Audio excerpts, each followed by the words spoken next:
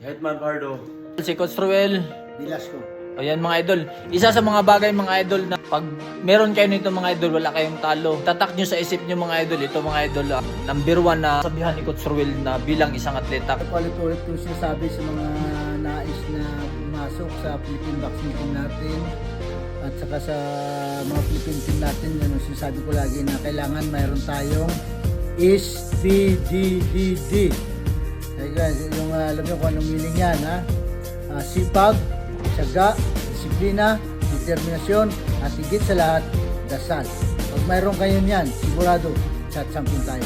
Pag dala-dala nyo pati sa pamumuhay nyo, sigurado lalong gagandang buhay nyo. Kaya ilagay nyo lagi sa isipan nyo yan at sa puso. Ha? Na like ko rin sinasabi na always aim high, never give up, and always think positive. Walang hinto hanggat walang ginto. Pag meron ka nito, wala kang talo.